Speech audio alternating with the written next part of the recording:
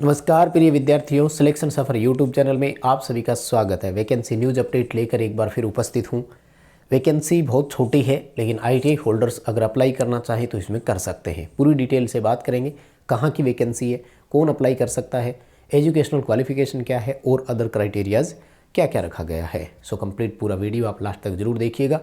Channel से पहली बार जुड़े हैं तो सब्सक्राइब कर लीजिए। हम इसी तरह का अपडेट, कंटेंट और न्यूज़ नोटिफिकेशन इस चैनल पर आपको प्रोवाइड करवाते हैं।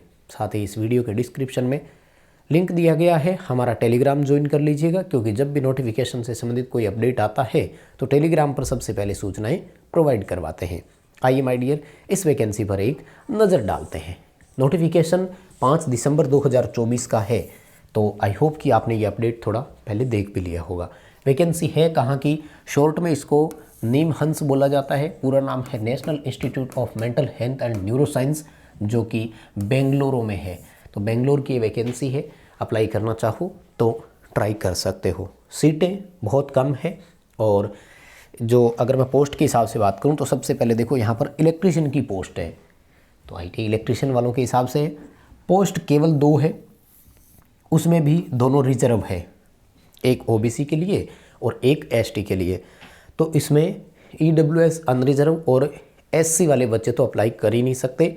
ओबीसी वाले ट्राई करेंगे एक सीट के लिए, एसटी वाले ट्राई करेंगे एक सीट के लिए। दोनों का आपस में कोई कंपटीशन नहीं होगा, अपनी अपनी कैटेगरी का कंपटीशन होगा, क्योंकि एसटी वाला ओबीसी में, ओबीसी वाला एसटी में नहीं जा पाएगा। तो क्राइटेरिया क्या है वो बाद में देखेंगे, पहले आप सीटों के हिसाब से अपना डिसीजन चाहो तो ले सकते हो। एक सीट ओबीसी वाला क्यों ट्राई करें, मुझे ऐसा लगता है, जो मैं बताता हूँ आपको, पेमेंट का बड़ा इसमें है थोड़ा सा इश्यू। इसलिए मैं चाहता हूँ कि अगर एक सीट है और किसी का भी सिलेक्शन हो रहा हो, खासतौर से अगर कोई बेंगलोर से स्टूडेंट हमारा देख रहा हो या उसके आसपास से देख रहा हो, तो वो अगर चाहे तो ट्राई ज़रूर करें।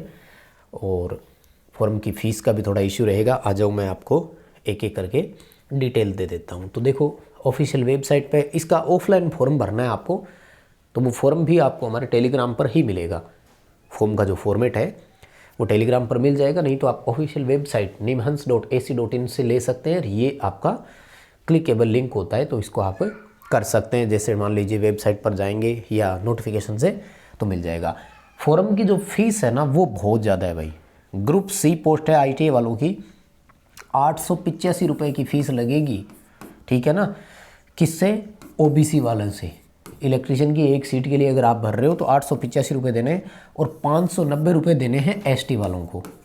एसटी की एक सीट है ना, तो इनको 590 रुपये यानी 600 रुपये की फ़ीस इनकी है, और 900 रुपये की फ़ीस राउंड फिगर में बात करें तो ओबीसी वालों के लिए। अब ये है क्राइटेरिया, जो कि मुझे लगता है थोड़ा सा ज़्यादा ही कुछ हो गया। फॉर्म सेंड करने के लिए ये इन्होंने दिया है आपको, और फीस भी जो है वो चालान आपको किस तरह से भरना है उसका भी इन्होंने डिटेल आपको दी है, उस पर बात कर लेंगे। पहले आ जाओ, नज़र डालते हैं कि मांगा क्या गया है और हमें मिलेगा क्या क्या। बहुत सिंपल और छोटा सा क्राइटेरिया है। 2 सीटें हैं, ओबीसी की एक, एसटी की एक। इलेक्ट्रीशियन की बात कर रहा हूँ, है ना। 10th और certificate in electrician trade from ITI, यानी आईटीआई ट्रेड में इलेक्ट्रीशियन का सर्टिफिकेट हो, और कुछ भी नहीं मांगा। डिज़ायरेबल में कोई ज़्यादा नहीं है। Practical experience of 3 year in line in government और प्राइवेट कंसर्न ऑफ रेप्यूट, इसकी ज़रूरत नहीं है। डिज़ायरेबल में लिखा हुआ है, तो कंपलसरी में नहीं है, मतलब नहीं है तो भी कोई बात नहीं। अगर एज लिमिट की बात करूं तो 30 वर्ष रखा गया है, यानी 18 से लेकर के 30 वर्ष की एज है। और ओबीसी में हो तो 3 वर्ष का रिलैक्सेशन ऐड वैसे कर लेना, और अगर एससी से हो तो 5 वर्ष का रिलैक्सेशन जो है वो आप और एड इसमें कर लेना, वो तो है ही है। पेमेंट मोड के लिए, सॉरी सैलरी के लिए जो मैं बात कर रहा था ना, हमारे लिए ज़रूरी वो है। लेवल 4 में रखेंगे, जहां 25,500 पहली बेसिक होगी आपकी। देखो माय डियर, ये जो 25,500 रुपये बेसिक है ना, ये कम नहीं होती, क्योंकि भारत में अभी महंगाई भत्ता 53% है। आप वो और जोड़ लीजिए, यानी 25,500 और लगभग 27-28 हज़ार ये आपका बनेगा। तो कम से कम आपका ये सैलरी जो है वो 52-53 हज़ार के आसपास जा रही है। सब कुछ कट कटा के भी मान लेते हैं तो 45-46 हज़ार रुपये तो आपको मिलेंगे। इसलिए मैं चाह रहा था कि क्योंकि अगर मिल गया ना तो फीस वीस और ये एक दिन में सब कोटा पूरा हो जाता है। तो मेहनत करने की ज़रूरत है आपको, और मुझे लगता है अप्लाई करके ट्राई आपको कर लेना चाहिए। सिलेक्शन के लिए इन्होंने पूरी डिटेल अभी बताई नहीं। फॉर्म तो आपको ऑनलाइन ही है, सॉरी ऑफलाइन ही अप्लाई करना है और ये वेबसाइट पर आपको मिल ही जाएगा। ठीक है, फॉर्म पहुंचना कब तक है वो देखो, ये एड्रेस है, यहाँ आपको भेजना है ना, ओसूर रोड बेंगलुरु, ये पूरा डिटेल इसमें दिया हुआ है, ये नोटिफिकेशन से देख लोगे। 4 जनवरी 2025 शाम के 4:30 बजे से पहले पहले पहुंच जाना चाहिए। ये है फॉर्म अप्लाई करने की लास्ट डेट। मेरा ये वीडियो बनाने का उद्देश्य केवल यही था कि सैलरी बहुत है यार, इतनी सैलरी ITI वालों को, अगर मैं इनिशियल पे की बात करूं तो जनरली मिलती नहीं है।